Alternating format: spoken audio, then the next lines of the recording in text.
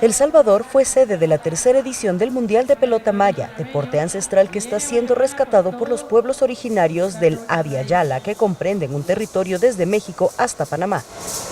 Lo veo con mucha armonía, con mucho equilibrio y mucha alegría, porque nuevamente los hermanos mesoamericanos, todos los mayas, se han vuelto a encontrar y han resurgido.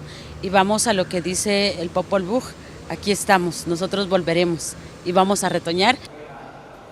Este año los países participantes fueron México, Belice, Guatemala, El Salvador, Honduras, Nicaragua y Panamá, todos tratando de impulsar el rescate de este deporte y además promover que la juventud se interese más en practicarlo y el mismo resurja con más fuerza en cada edición del Mundial.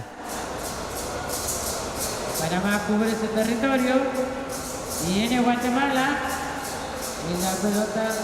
Estamos tratando la manera de impulsar lo más posible a todas las nuevas generaciones, a los niños, a los jóvenes. Entonces es una alegría bastante grande poder compartir con jugadores de pelota maya de los diferentes países de Latinoamérica, ¿no? Fueron 3 días de competencia donde al final fue el equipo de Belice el que demostró la supremacía y disciplina, quedando campeón por segunda vez.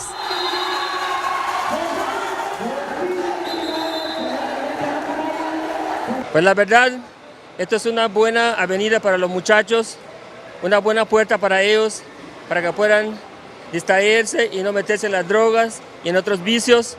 Es muy importante esto para ellos, porque también rescatamos la cultura de los mayas.